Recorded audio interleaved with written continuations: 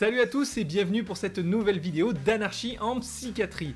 C'est une vidéo toute particulière puisqu'hier encore, nous fêtions les 5 ans de la chaîne. Et oui, effectivement, c'est passé quand même très vite. Et donc pour l'occasion, je me suis dit qu'il serait utile et nécessaire de faire une vidéo sur la dépression. Un sujet qui moi me tient énormément à cœur, sur lequel il y a effectivement énormément de choses à débunker et à vulgariser.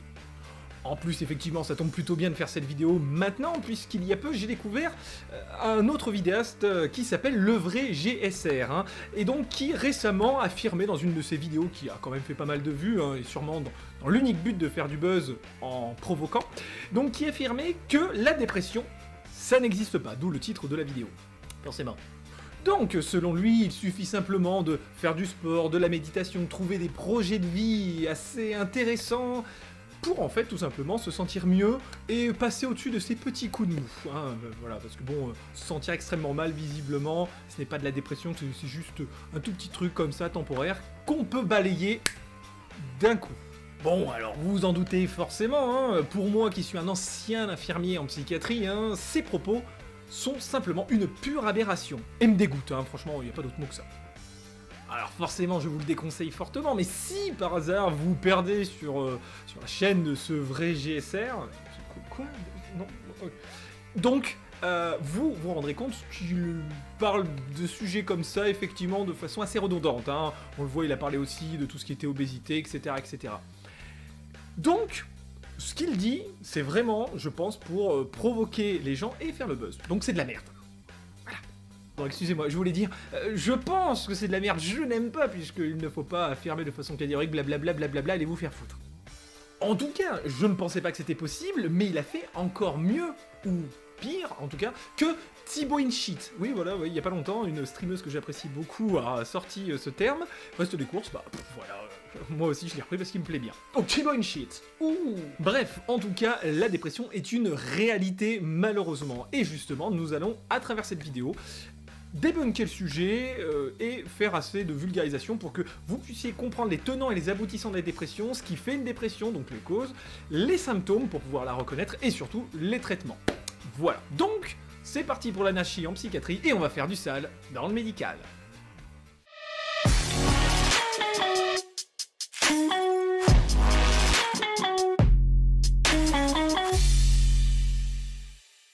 Tout d'abord, voyons une petite définition de cette pathologie issue directement du DSM-5, c'est-à-dire ma bible personnelle qui se trouve juste là. Voilà, je sais pas si vous la voyez bien, mais elle est juste ici.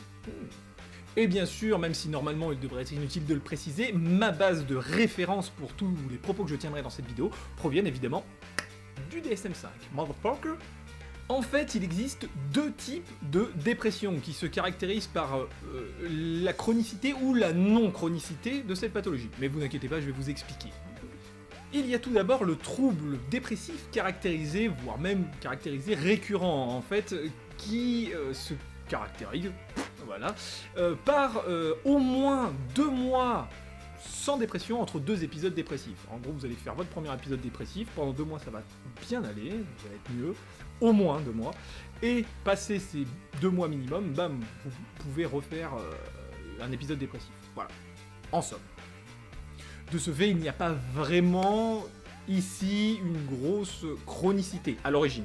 Par contre, les symptômes de ce trouble dépressif sont assez conséquents, il y en a assez, il y en a beaucoup, et ils sont assez lourds, mais sur des périodes assez légères ou plus courtes en tout cas. Dans le second cas, on parle de troubles dépressifs persistants, ou tout simplement la dysthymie. Donc, qui partage de nombreux symptômes avec le premier type de dépression, mais surtout qui va durer beaucoup plus longtemps. Énormément longtemps. Ça peut aller jusqu'à 20, voire même 30 ans.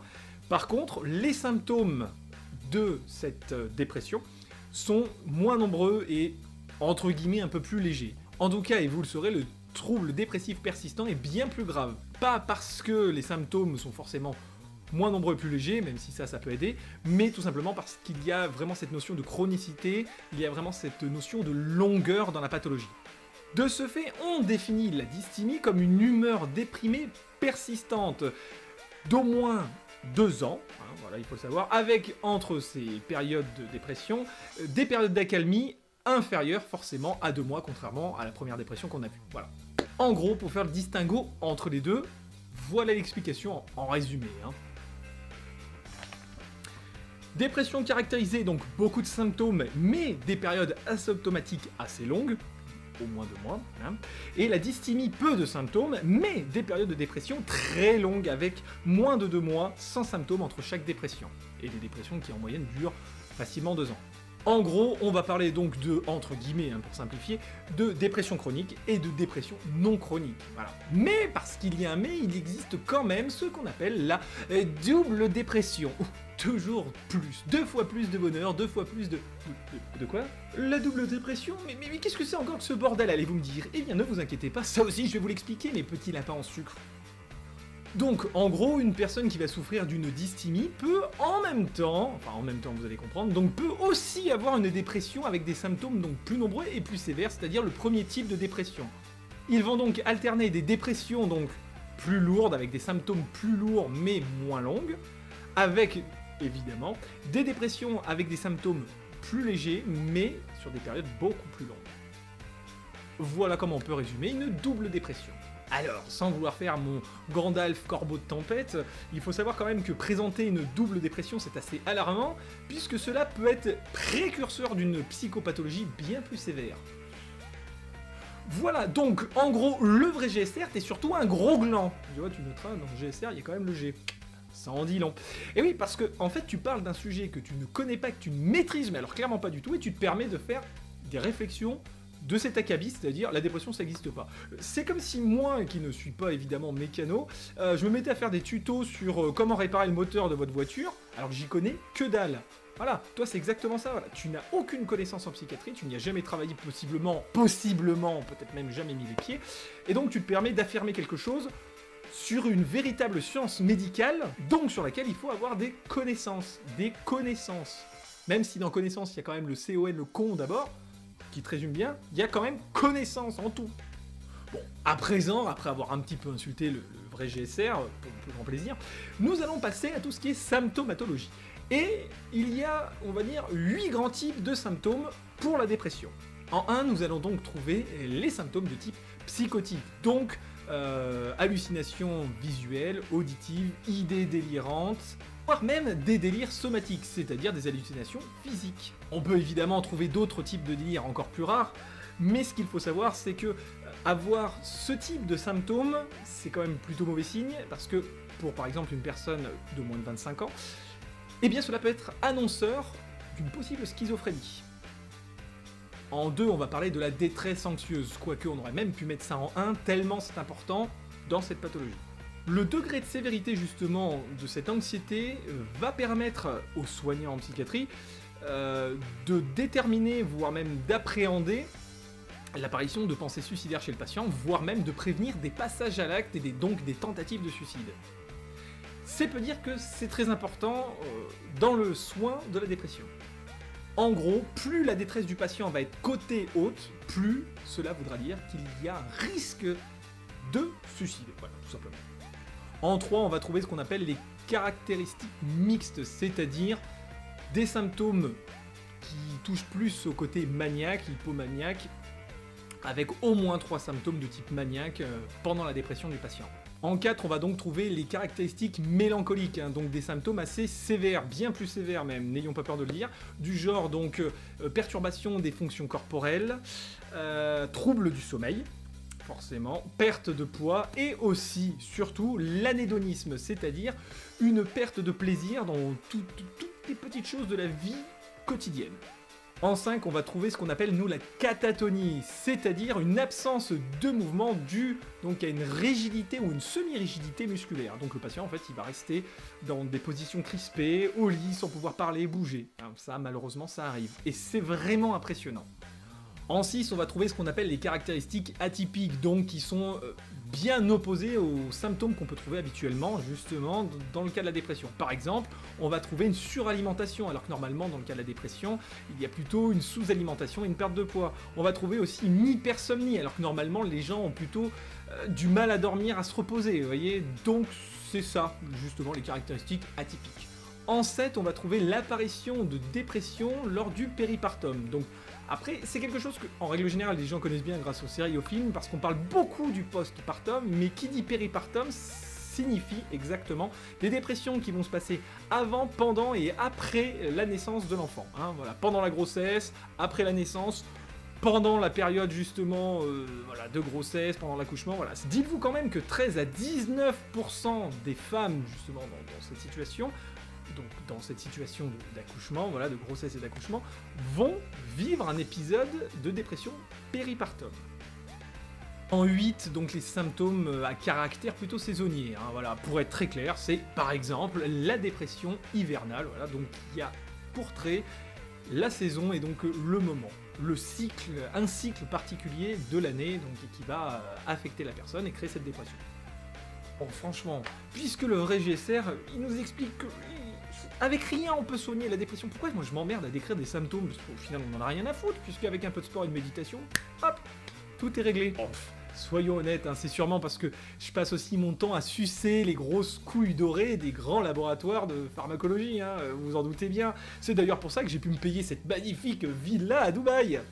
Mais non, ça va, je déconne, hein. Dubaï c'est vraiment de la merde et je déteste, alors bon.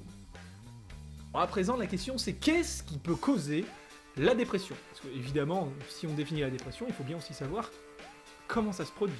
Eh bien, là-dessus, il y a plusieurs raisons et aussi plusieurs théories. Comme souvent en psychiatrie, je pense que vous l'aurez remarqué en regardant mes vidéos.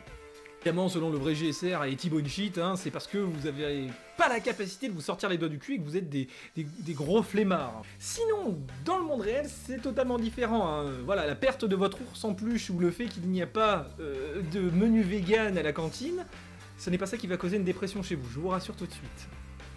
Il y a tout d'abord une dimension biologique, donc avec des origines familiales et génétiques. On s'est rendu compte pour une personne souffrant de dépression que le nombre de parents au premier degré souffrant eux-mêmes de dépression est 3 fois supérieur au nombre de parents souffrant de dépression chez une personne qu'on va qualifier, pour l'expérience évidemment, de saine. Hein, mais voilà, le terme n'est pas adapté, mais bon, là c'est mieux que j'ai pu trouver, excusez-moi. On s'est rendu compte aussi que plus il y a de parents qui souffrent de dépression, plus la sévérité de la dépression chez le patient sera grande. C'est évidemment les expériences sur les jumeaux qui sont les plus probantes. Hein. On s'est tout simplement rendu compte qu'il y a bien plus de dépression chez les vrais jumeaux que chez les faux jumeaux. Et comme on utilise énormément voilà, les jumeaux pour déterminer une notion d'épigénétique ou de génétique en tout cas, eh bien, cela prouve tout simplement qu'il y a une dimension biologique, donc et familiale, et génétique, dans un cas comme celui-là. De même, grâce à ces expériences sur les jumeaux et à des expériences sur des plus grands groupes témoins, on s'est rendu compte tout simplement que les femmes ont plus de fragilité par rapport à la dépression, contrairement à l'homme. Chez la femme, ça va à peu près de 38 à 44%, alors que chez l'homme, on va de 18 à 24%. De ce fait, cela sous-entend donc une forte influence et environnementale, donc familiale, etc., et une forte tendance, voilà, épigénétique. Tout simplement. On s'est aussi rendu compte que les systèmes de neurotransmission ont visiblement, selon beaucoup de théories, un grand impact sur les raisons de la dépression. Mais je vous explique. Effectivement, de bas niveaux de sérotonine seraient tout simplement en cause. Rappelez-vous mes anciennes vidéos sur la psychiatrie, eh bien en fait la sérotonine influence et régule tout simplement nos réactions émotionnelles, donc notre humeur. De ce fait, selon la théorie la plus en vogue, de bas niveaux de sérotonine offriraient la permission à d'autres neurotransmetteurs donc d'agir, ce qui ferait que ces neurotransmetteurs, tout simplement, dérégleraient notre humeur. De même, d'autres théories mettraient plutôt en avant la dopamine, hein, dont les niveaux pareils assez bas dérégleraient notre humeur et créeraient ces dépressions. D'ailleurs, on peut faire le lien avec les gros stress, la grosse anxiété, l'anxiété sévère, puisque on sait pertinemment que le stress fait chuter effectivement la dopamine. Et en revanche, augmente la cortisol. Alors ces théories n'en sont encore qu'à leur entre guillemets balbutiement, mais bien sûr, les gens de mauvaise foi, que je ne nommerai pas de nouvelle fois, pardon, excusez-moi, vous diront, bah oui, mais tout simplement, il suffirait voilà, d'éjecter de la dopamine et puis de la sérotonine pour remonter. Eh bien oui, faites-vous plaisir les junkies, amusez-vous, on vous regarde vous injecter tout un tas de produits, on va voir ce qui se passe. on trouverait aussi en cause le système endocrinien. Théorie qui s'oppose évidemment à la théorie des neurotransmetteurs, ce coup-ci, donc explique que cela proviendrait de dérèglements de l'hypophyse, de l'hypothalamus et des glandes surrénales. En fait, on a réussi à faire le lien entre justement ces organes et la dépression lorsqu'on s'est rendu compte que dans des cas de pathologie affectant ces différents organes, eh bien, on se mettait à avoir des dépressions associées, donc qui n'étaient pas là avant et qui sont apparues après. Bon alors, on va pas se mentir, il y a quand même énormément de neurohormones, donc c'est encore aujourd'hui assez délicat de se rendre compte desquelles sont vraiment impliquées dans le processus de la dépression. En revanche, et j'en parlais tout à l'heure, on s'est rendu compte que des niveaux de cortisol très élevés ont tendance à favoriser la dépression. Et comme je l'expliquais dans d'autres de mes vidéos, en fait la cortisol, c'est une neurohormone qui est produite lors d'événements très stressants, lors de chocs émotionnels importants. Pour finir, on va évidemment parler de l'importance du sommeil, puisqu'on s'est rendu compte que des troubles du sommeil ont tendance à favoriser l'apparition de la dépression, et de même, c'est un symptôme associé à la dépression. Justement, c'est ce problème de sommeil, parce qu'on s'est rendu compte, les personnes qui sont en dépression ont encore plus de troubles du sommeil. Et là, en fait, c'est un peu un effet boule de neige. Au début, ils ont du mal à dormir, ça favorise la dépression se produit, et plus la personne est déprimée, moins elle arrive à dormir, et moins elle arrive à dormir, plus elle se déprime, etc. etc. Et évidemment, pour les plus malins d'entre vous, et pour ceux qui auront suivi, vous aurez compris qu'il y a aussi une dimension psychologique. Justement, je n'ai pas arrêté de parler de stress, d'anxiété, de choc. Et effectivement, de grands chocs émotionnels, un stress prolongé, de l'anxiété assez massive, peuvent provoquer tout simplement la dépression. Et ça, on le sait pertinemment. Donc forcément, viol, violence, harcèlement, personnes décédées devant le patient, les exemples ne manquent malheureusement pas. Voilà, donc maintenant qu'on a vu et les causes, et la définition, et les symptômes, on va tout simplement pouvoir parler de tout ce qui est traitement. Voilà. Alors évidemment, tout d'abord, on va parler de l'antidépresseur, ce fameux traitement, alors non pas miracle, mais des plus usités actuellement en psychiatrie pour les personnes qui souffrent soit de troubles de l'humeur, soit effectivement de dépression. Et fort de mon expérience en psychiatrie, tout d'abord, je peux vous dire une chose très importante. Lorsque vous êtes sous antidépresseur, et que justement vous souffrez d'une dépression, il est très très très important d'avoir aussi un anxiolytique associé. Parce qu'en fait, si vous prenez juste l'antidépresseur, le risque majeur est une désinhibition du patient. Qui dit désinhibition dit un risque accru de passage à l'acte, pour lequel le patient n'aura aucun problème. Il passera facilement à l'acte puisqu'il est totalement désinhibé. Et l'anxiolytique va permettre de gérer cette désinhibition. Voilà, ce qui est très important. Donc n'oubliez pas, je n'insisterai jamais assez, il est important, en même temps que prendre un antidépresseur, d'avoir un anxiolytique. Si on vous prescrit l'un sans l'autre, ça peut très mal se finir, ce genre de situation. On l'a vu maintes et maintes fois, avec certains médecins qui se pensent plus malins que les autres, voire même des généralistes, qui sont persuadés de très bien gérer la psychiatrie, voilà. Et en fait, ce n'est pas le cas. En prime du reste, mon meilleur conseil sera évidemment de toujours favoriser la psychothérapie avant les traitements. Alors, parce que forcément, les traitements tout seuls, ça n'aide en rien. Ce n'est qu'une béquille et ça ne règle pas le problème. Mais alors, pas du tout. Vraiment pas du tout. Alors que l'association du traitement et de la psychothérapie la permet de soulager les symptômes grâce au traitement et évidemment de régler la pathologie grâce à la psychothérapie. En plus des antidépresseurs et de la psychothérapie, on trouve les régulateurs de l'humeur, donc bon là c'est quand même des médicaments qui sont quand même bien lourds, dont le lithium, voilà. Rien que le nom déjà ça devrait un petit peu vous faire cogiter. Il faut savoir que les médicaments en psychiatrie sont quand même assez importants, effectivement dans le traitement des symptômes qui sont lourds, mais le problème des médicaments en psychiatrie, c'est qu'effectivement, les effets indésirables sont quand même assez massifs. Perte de libido, troubles de l'érection, prise de poids, acné, perturbation du sommeil, alors là, le domaine est vaste. Et donc, c'est pour ça qu'il faut absolument avoir un suivi médical en même temps qu'on prend les traitements. Très important. Et voilà mes petits lapins, nous arrivons donc à la fin de cette vidéo, donc effectivement qui servait vraiment à vulgariser et débunker la dépression, parce que c'est vrai qu'actuellement sur les réseaux sociaux, avec les vidéos, avec justement avec cette mondialisation énorme, on entend tout et n'importe quoi, et surtout n'importe quoi. Et c'est ça le problème de fond. Aujourd'hui, surtout en France, on voit encore la dépression comme « Oh, c'est un petit coup de mou, la personne n'a que se sortir les doigts ». Donc forcément, en fait, on va faire énormément culpabiliser les patients qui sont déjà assez mal. Et justement, on l'a vu dans les symptômes, on trouve souvent des problèmes de culpabilité chez le patient parce qu'il a déjà conscience qu'il n'est pas bien, qu'il n'arrive à rien faire, qu'il ne peut pas s'en sortir. Souvent, il a l'impression que voilà, il fait chier les autres et certaines personnes de son entourage vont lui faire croire ou vont même le pousser à penser que oui, il fait chier à être déprimé. Sauf qu'en fait, la dépression, c'est une pathologie à part entière. La psychiatrie, c'est une science médicale à part entière. Voilà. On peut pas dire que non, c'est du vent, non, ça n'existe pas, non, ça sert à rien, parce que c'est faux. Si effectivement, demain, on trouvait une solution pour guérir la dépression une bonne fois pour toutes, tranquillement, bien sûr qu'on le ferait. Bien sûr, ça ferait gagner énormément d'argent, parce que je vais vous dire une bonne chose, ce qu'il faut savoir, c'est que la psychiatrie coûte beaucoup d'argent, en tout cas les services de psychiatrie, tout ça, ça coûte beaucoup d'argent au gouvernement. Et voilà, et voilà. Alors il y aura toujours des patients en psychiatrie, en tout cas jusqu'à ce qu'on trouve un remède miracle, peut-être, je croise les doigts, même si dans ce cas je ne servirai plus à grand chose. Franchement, en tant que soignant, je préfère servir à plus rien justement en psychiatrie, et qu'on éradique tous les problèmes de psychiatrie, que l'inverse, hein, honnêtement. Donc, voilà, la psychiatrie, non, ce n'est pas du flan. La psychiatrie, ça existe, ça a une utilité, et la dépression, ça existe, et on doit y faire attention.